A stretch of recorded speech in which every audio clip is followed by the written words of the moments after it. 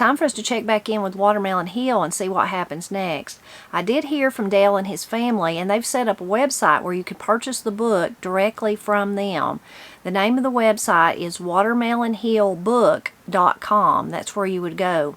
I will also put that link in the description below so you can make sure to find it there. Also in the description is a playlist of the readings from this book, so if you've missed any of the previous ones, you can find them there. Lower Lick Creek School. From the 1st through the 6th grade, I went to Lower Lick Creek Elementary School. If you have ever seen the Little House on the Prairie show, that is almost exactly what it looked like. There were 8 grades in one room with one teacher, and there were probably never more than 30 students at any one time. At that time, there were many of these types of schools in Kentucky and in the more rural areas of many other states. I attended that school from 1948 until 1954. In the fall of 1954, I started riding the bus to Louisa to start the 7th grade. While I was still going to Lick Creek School, a lot of the one-room schools were being phased out and consolidated into larger schools, like Meads Branch School in southern Lawrence County. These were still relatively small schools and were themselves eventually phased out as new county schools were built. My school was off of old U.S. Route 23 on a dirt road which parallels Lower Lick Creek. I will estimate that the school building was at the most 30 feet wide at the front by 60 feet in depth, probably smaller, with tall windows down the left side but none on the right. There was only one door at the front. I'm sure that wouldn't meet today's fire safety standards. As you went in the door, you entered what was called the cloakroom. This was a narrow room extending across the front of the schoolhouse, perhaps 8 feet wide. We would hang our coats and leave gloves and rubber boots there in the winter. It was not unusual in hot weather for most of the kids in school to be barefoot and the boys without shirts. I wanted to go to school barefoot like a lot of the other kids did, but my parents wouldn't let me, so I wore my shoes to school, then took them off. But I digress. I was describing the school. From the cloakroom, 2 doors entered the schoolroom, one on either side. In the middle of the floor was a cast-iron, pot-bellied stove for heat in winter. Usually one of the older boys would build a fire in the stove before the teacher and the rest of the students arrived, so it would start to warm up. If you sat near the stove, it was usually too hot, and at the back of the room, it was too cold. It was the boys' job in winter to keep coal brought in from a pile outside for fuel. If you lived in eastern Kentucky, coal was readily available, burned a long time, and was the fuel of choice. The teacher's desk was in the front of the room, farthest from the cloakroom, and had a blackboard behind it. To the left of the desk was the recitation bench, where the class presenting its lesson at the time would be seated. There was no problem fitting the whole class on the bench, as there were never more than 3 or 4 kids in any one grade. While one class was on the recitation bench, the others would be assigned some sort of study at their desks. The desks were not like the ones used today. The back of one desk was the front of the desk behind. In other words, your writing surface was attached to the seat of the desk in front of you. To the side of the room was a small table with a bucket of water with a dipper in it. This was our drinking water, and each student had to have his or her own drinking cup. I had a collapsible metal cup which was handed down to me from one of the older kids. The boys were also responsible for keeping the water bucket filled up. Actually, as far as I can remember, the girls didn't have a job. Outside by the back corner of the school was a well with a pitcher pump for our water supply. Sometimes the pump would leak down and lose its prime, and we would have to haul water from the nearest neighbors to prime the pump. We had electricity, but no other conveniences. There was a girls' and boys' outhouse. The girls' was near the school, and the boys' was at the far end of the yard, which was just fine by us because it gave us more time to fool around before we had to return to class. Sometimes, if it was bad weather, Dad would drop me off at the turnoff to the school on his way to work. But I usually walked to and from school, about 3 miles round trip. There were a few neighbor kids to walk part of the way with. I got in several fights with one of the kids on the way home from school, but we were later good friends, and he married one of my high school classmates. On the way home on Old Route 23 was Red Caldwell's garage and store. It was a very small place. Red ran the garage and his wife, Ethelene, ran the store. It was sort of what would be considered a convenience store these days. If we had any spare change, which was very seldom, we would stop and buy a piece of candy or a bottle of pop. Sometimes we would just stop and talk with them. They were always nice to us. School started in July and let out in March in those one-room country schools. That was so the kids could be out of school in time to help with the spring planting. Usually the last frost was over sometime in March. Imagine, if you can, trying to study in a schoolroom in July with no air conditioning, no insulation, and a tin roof over your head. It was hard just to stay awake, much less alert. We had lunch and a morning and afternoon recess, and if it was good weather, we would usually be playing baseball with a homemade ball and bat someone had brought in. I only remember one time that we had a real ball. All the students sold candy to earn credits for playground equipment, and we got a real bat and a real leather-covered softball. We could hit that one much further than the homemade ones, which were usually just string wrapped in a ball and covered with friction tape. We also played dodgeball if we had a basketball, or shot marbles, or played hide and seek, but baseball was the favorite game. In between the games, we always had a clubhouse in the surrounding woods, or were in the process of building one. We would cut saplings for a frame and cover it with small branches or weeds. Sometimes we would dig into a hillside, make a little cave, and camouflage the entrance. Every country boy had a pocket knife, so we had no problem cutting the branches. I still have a scar on my palm from where a boy was showing me his knife in first grade. At times there would be 2 or 3 clubhouses in the woods built by different age groups of boys and some built by girls. We had all kinds of wars and games using the clubhouses. If the weather was bad and we had to stay inside during lunch and recess, one of our pastimes was making paper airplanes. I had been taught by my older brothers how to make a different kind of airplane that had a separate wing and tail and would sell really well.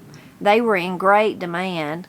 For 2 sheets of paper, I would make one for a classmate, 1 sheet for the plane, and 1 for myself. We couldn't afford to waste paper in those days. Each year we would have what we called field meets. They were sort of an elementary school Olympics, although I don't think I'd ever heard of the Olympics at that time. We would compete against the other small schools around the county. I remember seeing the superintendent of schools, William Bill Cheeks, at the field meets. He was the superintendent of schools until several years after I graduated from high school in 1960. We would practice during our free time for the various events, and the teacher usually gave us extra free time for a couple of weeks before the events.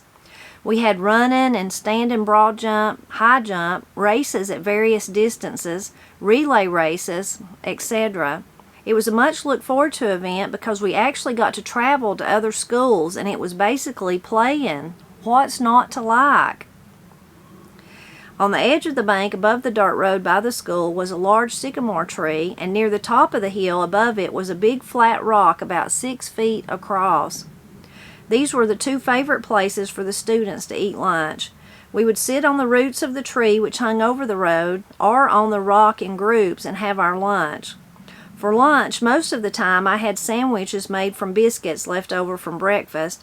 I was sometimes a little jealous of the kids who brought light bread, white store-bought bread, sandwiches. I would never have dreamed that sausage biscuits would be as popular as they are today. If I had a dessert, it was usually something homemade, while some of the other kids had store-bought desserts. Actually, mine was better, but anything store-bought was a treat to me then, and if I wanted to trade, someone was always more than willing. I didn't realize it then, but they were getting the best of the bargain. Sometimes on Friday afternoon we would have a spelling bee or adding match. They were fun because of the competition, so we didn't realize we were being tricked into extra schoolwork. I always did well in them and thoroughly enjoyed them. Winters were fun too. We had snow a few times each winter, but not all the time, so when we did have snow it was a treat. We would make sleds out of anything that would slide. I don't think we ever had a real sled. Sometimes we would get an old sheet of tin roofing from under the school building, roll up the end, and make a toboggan out of it. We could have gotten cut to ribbons on the tin if we had landed wrong in the wreck, but we didn't think about that. At the bottom of the hill we slid down was a drop-off of about 4 feet to the dirt road in front of the school, but it looked a lot higher to us then. Once in a while we would fly over the edge and land in the road. It felt like we were dropping 40 feet instead of 4. Once we had a good snow and it was really cold. The teacher let us haul snow into the cloakroom, pack it down on the floor, and skate on it in our shoes. The cloakroom was separated from the schoolroom, so it was almost as cold as outside. Things were a little more lax in schools than they are today. Holidays were always special at the little school. At Thanksgiving, we would cut out and color turkeys, pilgrims, and all the normal Thanksgiving things. At Christmas, it would be Santa Claus, snowmen, and reindeer, and we always had a Christmas play of some sort. One of the most sought-after jobs was to be selected to go cut the Christmas tree. Usually 4 or 5 older boys would be selected. I only got to go one time because I only went to the 6th grade at Lick Creek School, and there were always boys older than me. What it amounted to was a day of legal hooky. We made sure that we were gone almost the whole day. This was a day of totally unsupervised freedom. Some boys had cigarettes or chewing tobacco they had stolen from home, but I was afraid my parents would smell something on me, so I didn't try. The only thing I tried was rabbit tobacco, also known as Life Everlasting. It was a wild growing weed, and in the fall the leaves dry and shrivel up, but remain on the stalk. You could just strip them off in your hand, roll and smoke them, or chew them. I didn't smoke them, but I did chew them once in a while. Not much flavor, but at least it didn't make me sick. The only time I tried smoking anything was at home in front of the fireplace. It was one of the stupidest things I ever did, and there was no worry that I was ever going to try it again. I didn't have any tobacco or anything else to smoke. I was just pretending, really. I rolled up a sheet of paper, lit it in the fireplace, and took a drag on it. Wow! I drew the flame right up the tube. I scorched the inside of my mouth and throat. Not only was I in pain, but I couldn't even tell anyone without getting punished. The next few days were torture, but I never told anyone. Back to the Christmas tree. We brought back a tree from whatever farm we happened to be on when it was time to go back to the school. But in the meantime, we walked all over the country. We walked for miles just fooling around, swinging on wild grapevines, and making sure not to come near any of our homes. Our parents might have wanted to know what we were doing roaming around so far from school. I enjoyed my little one-room school, but when I started riding the bus to Louisa in the 7th grade, I found that I was far behind the other students and I had to work hard to catch up. There is just no way, no matter how dedicated, that one teacher can effectively teach 8 grades, even if there are only 2 or 3 students in each grade.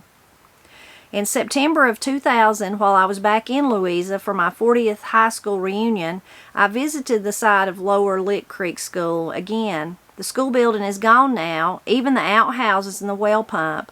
The field where we used to play baseball is about the size of a medium-sized yard, and the hill we used to slide down on our homemade sleds probably wasn't over 20 feet high. Everything looks larger when you are only 3 or 4 feet tall and haven't been anywhere. We had no electricity until I was about 5 years old, when my brother Curtis wired the house. I think that was quite an accomplishment for someone without any formal training and not a lot of education. He said he learned how to do it by paying attention to what the electricians did on construction sites while working with Dad. Unlike my brothers and myself, Curtis did not like school and only got as far as the 7th grade, but he turned out to be the most successful businessman in the family. As a teenager, Curtis wanted to be an auto mechanic, but Dad practically forced him to follow in his footsteps and learn the plastering trade. Curtis always had a knack for any construction-related job and later became a successful plastering contractor, first in Ohio, then in Florida. He thanked Dad many times for pushing him into plastering. Our farm was not near any electric lines, so a dead-end line would have to be run half a mile or more into our farm at an extra expense. Mom and Dad argued and discussed the expense for weeks and never came to any agreement. Did I mention before that they were both stubborn and hard-headed? Dad wanted electricity and Mom didn't. Her main argument and concern was that it was going to be a bill every month that would have to be paid. She'd been told that it would cost about $2 a month. I know that sounds like nothing today, but this was just after World War II when everything was rationed, and before that, the Depression, when Dad was lucky to get work at $2 or $3 a day. They had forgotten what prosperity was like and actually had never really had any. It didn't look like we would ever get electricity. Curtis was 16 or 17 at the time and already something of an entrepreneur. He had worked selling the Grit, a weekly paper that is still published to this day. Curtis still has a subscription, and at 76 is one of their oldest living paper boys. He also, along with my brother Jack, trapped animals for their fur and even bought furs from some of the neighbors to sell to George I. Fox or Taylor Fur Companies for a profit. They still send Curtis a price list every year. He also had some beehives. Anyway, that is another story for another time. With all of his enterprises, Curtis had managed to save up a little money and without Mom and Dad's knowledge had already bought the wire, light fixtures, fuse box, and junction boxes and was ready to go. Finally one day he had his chance. Mom and Dad had both gone to town for the day, a rare occurrence. With my brother Jack as a helper, Curtis wired the house while Mom and Dad were gone, putting a light fixture in the ceiling of each room. Well, when Mom and Dad came home, all hell broke loose because Curtis had wired the house without their authorization. Finally, when the fire went out and the smoke cleared, so to speak, they agreed, since it was already done, to have the electric line run in and hooked up. We did not get a phone for about another 15 years. Even though we had electricity, it wasn't what you would picture today. There was a light in each room in the middle of the ceiling, but no switches for them. They were just bare bulbs with pull chains to turn them on. There were no outlets around the wall, but the light fixtures were ceramic with sockets built into them. After Mom got an electric iron, she had to plug it into the fixture in the ceiling with her ironing board underneath it. We'll stop right there. I really enjoyed this part of the book. I even jotted down some things to talk about. So one of the main reasons I enjoyed it is because, believe it or not, even though Dale and I are totally different ages and different generations, so many of the things he talked about at his small school really rang true to my childhood education too. Certainly our school was larger than that one-room schoolhouse that he was talking about where all the grades were in one room, but there were so many similarities, and I just really enjoyed that part, that peek into the past.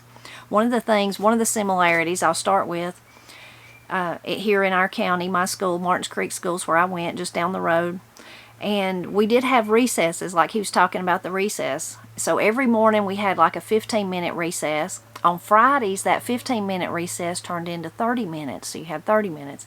Then at lunch, we had, I think it was like 30 minutes, 45 minutes, something like that, about that long. And then in the afternoon, we had another 45-minute recess. So you may be thinking, well, that's just a lot of playing. Well, you're right, it was a lot of playing. But I just have so many memories. It's funny, and all the times that I dream about school, sometimes I still dream about that school.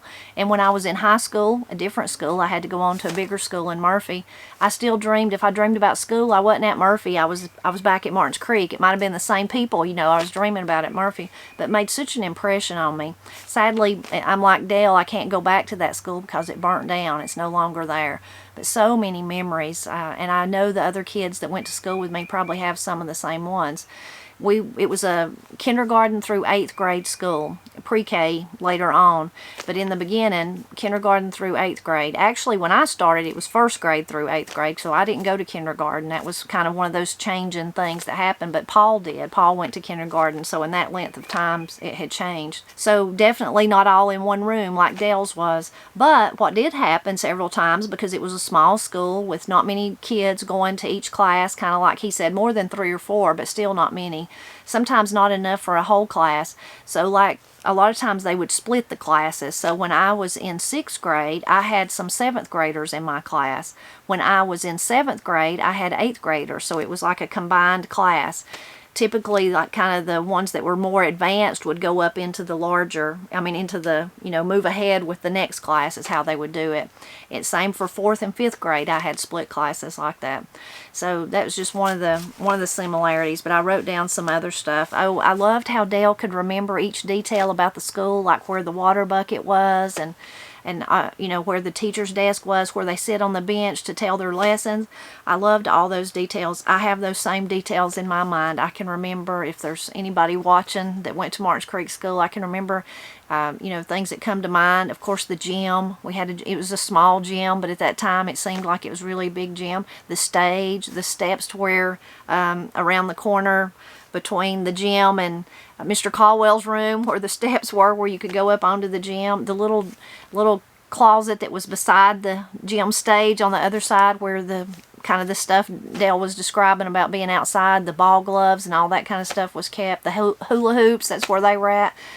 Miss Salt's classroom with the praying mantises in the window. Mr. Moffat's classroom was Mr. Smart's and then Mr. Moffat's, but the 8th grade classroom, 7th and 8th grade classroom, if you were in that upper part of the class that was in there, how there was that little hallway between that joined that classroom to the office. So in my days, Mr. Moffat was my 7th and 8th grade teacher, and he was not only the teacher, he was the principal of the school. So it was really handy. He could go through that little hallway, leave us, tell us to, whatever we were doing, and go through that hallway and go into the office and do what he needed to do where the secretary was.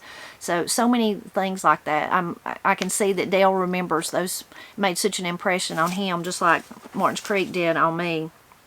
The bathrooms, when Dale was talking about the bathrooms and how he liked that the boys was further away because that give them more time to kind of dawdle on the way back and take their time and see what maybe they could get into and drag their feet a little bit before they had to go back into class. At Martins Creek, this is talking about the big building, the cafeteria and the two lowest grades, which was 1st grade and kindergarten. It's, by the time Paul was there, they were in a different building, and that building's still there today, although it's been totally changed into something else. But it was in a lower building. But in that upper building, the bathrooms were actually, you had to go outside. You had to go not as far as Dale had to go. They weren't outhouses, but you had to go out onto the porch of the two back sides of the building and then into the girls' bathroom or the boys' bathroom all the way on the other side of the building. So that was, again, if someone went to Martins Creek, I'm sure you can remember that. And we never thought anything about it. Winter, in the winter, having to go out there. Of course, they were having to go a whole lot further than just out through the little covered porch, then into the bathroom like we were doing. The playing outside, all the things that he remembered. I loved those details about playing ball, and then having the clubhouses and the forts and all that. At Martins Creek, because we did have those recesses, we had a place, a bunch of us girls that would play, we called the chocolate. This was when I was real little, not just girls and boys, kind of where the road went around, and then there was a bank that went down to the playground, and these big trees were there, and so their roots kind of grew down that bank. It's a perfect place to play among those and dig. We'd get us a stick or something. We called that the chocolate factory.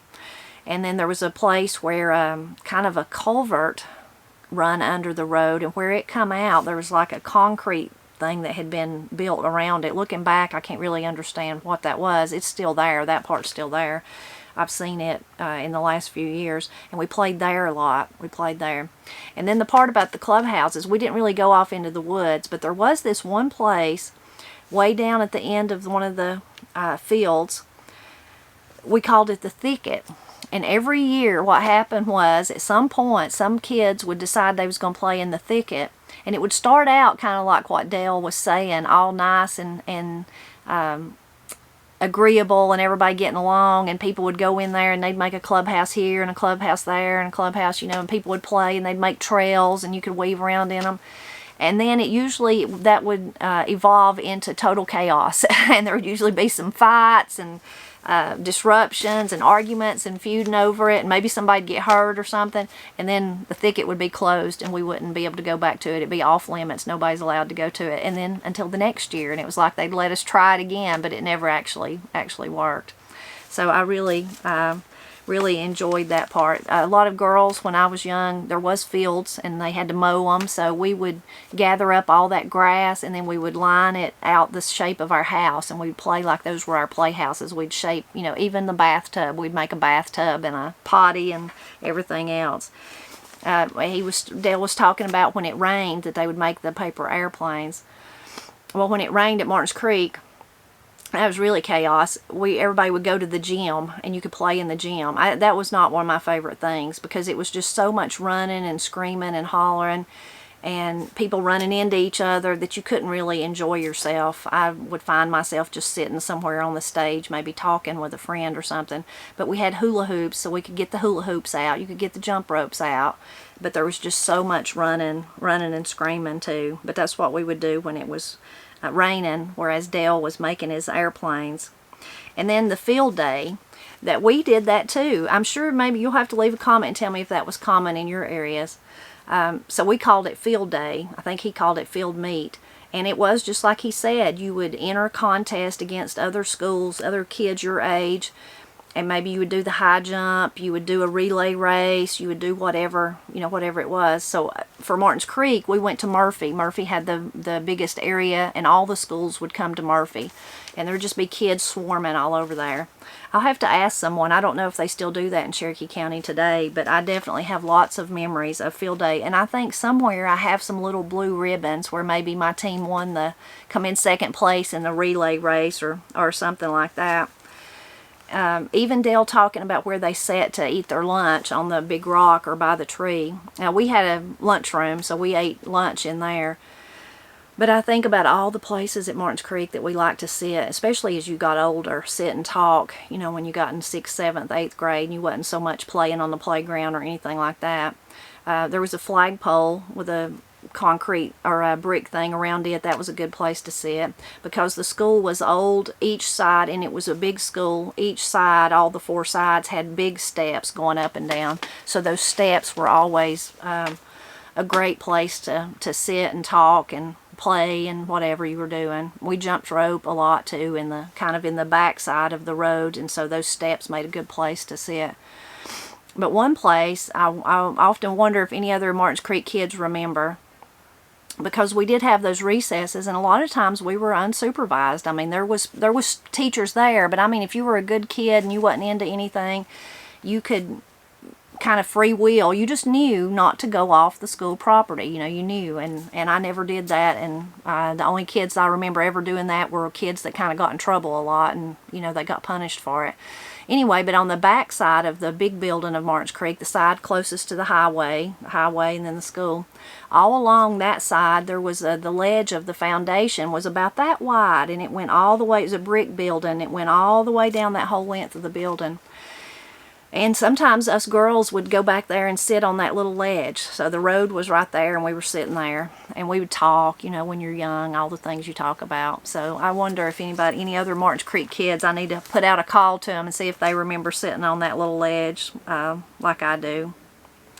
And then even the lunches, Dale talking about packing his lunch. I didn't pack my lunch. I ate in the lunchroom. And I was a very picky eater, so I didn't always like what they had, but I didn't eat much either, so it didn't really bother me. But we had the best lunchroom ladies. I still remember all of them till to this day, and most of them were like family. A lot of them had known me since I was born. They'd known my older brother Steve, and then me, and then Paul. So lovely, wonderful, wonderful memories there. And even Dale talking about the sleds. Now, we don't get many snows here. He probably got more than I do here. But boy, when it did snow, we loved to sled. And we'd just try to use anything. I don't ever remember using any tin like that. But anything we could find, we'd try to use. And then, I can barely remember this, so Paul was probably too little, but it was basically probably for Steve more than me. One winter when it did seem like it snowed a lot, Pat built us some sleds. They were big, heavy, clunky sleds looking back, but he split water pipe, like black pipe that water would go through, you know, and split that and put that on the runner so that so they would go better. I don't really remember them going that well, but he did make them for us, which was nice. And then the part about Dale kind of talking about smoking. Lots of kids, not so much today because smoking's, you know, people know that it's bad for you and not many people do it today. But when Dale was a child, and certainly even when I was a child, smoking was still fairly common and people didn't think nothing about it.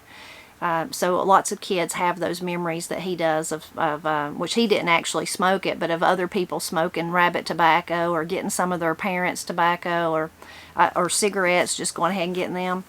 One of my dear friends, when she was a little girl, she thought she was about like Dale. She thought she was going to smoke. She's probably littler than Dale was, though. And she thought she was going to smoke, and she didn't have a cigarette or anything. But she did what he did. She tried to roll up paper. It was actually out of a magazine, and smoke it. She was it was out of a magazine, and she was kind of sitting on the bed by herself in a bedroom with the door shut. Like I said, she was littler than Dale, and she was lighting those, and she couldn't get them to light, so she'd just throw them down. Well, what she didn't realize was it had started a fire. Thank goodness her mother went and to check on, you know, to see what she was up to and check on her. And she was sitting there in the middle of the bed with that fire going around her, and her mama was able to put it out and get her out of the way. But that was really, really, really scary. But not so many people today, kids trying to pretend like they're smoking or trying to smoke like in those days. And Dale saying that when he, you know, when he went off to I've got a friend here buzzing around me, when he went off to the next school, he was kind of behind. That didn't happen to me or my brothers as far as being at Martins Creek. We did have all those recesses, but we also learned a lot. So when I did go off to Murphy, to the big school of Murphy, I was right where I was supposed to be. I was quickly inducted into the Beta Club, and so I didn't have that same issue that he did, thank goodness. But as he said, he had one teacher for all those grades, and at Martins Creek we were split up. We had, you know, there was a teacher for each grade. It's interesting his describing his mother and his father talking about the electricity and whether or not should they get electricity, should they not get it, and Curtis kind of fixed that for him by going ahead and doing it. That's something we can't even hardly understand, especially the $2 a month bill. Of course, money was different in those days compared to how it is now. But I thought that was, I mean, it's just such a time that we can't even imagine, you know, where you would have to think, do we want electricity or do we not? Of course, today it is popular for people to live off grid and do without electricity or use solar and all those kind of things. I like the description of when they did finally get electricity of what the lights looked like. In Pap and Granny's house, that's all we ever had. In the bedrooms were just the single bulb. That's still today, that's what's in there. It's just every bedroom just has a single bulb. Granny did have like a ceiling fan in the kitchen and in the living room, and before ceiling fans it was some other kind of, you know, like a fixture. It wasn't just a light bulb, but definitely just a light bulb in the bathroom, in the back bathroom, and in the bedrooms. That's all we ever had. And those little ceramic, like he's talking about, little ceramic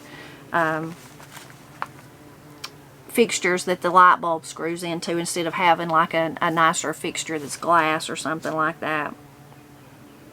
So you can tell that I've got really excited about this. I loved thinking about all the similarities between mine and Dale's school days. Lots of differences too, but so many similarities. I really treasure my memories about Martins Creek. You can probably tell that.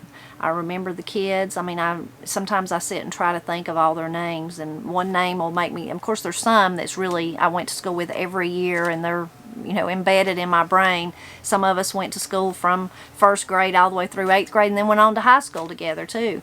So there's some like that. But then there's those kids that kind of come in and out. Maybe they're there for 1 year and they disappear, or there for a couple of years and disappear because their family moves.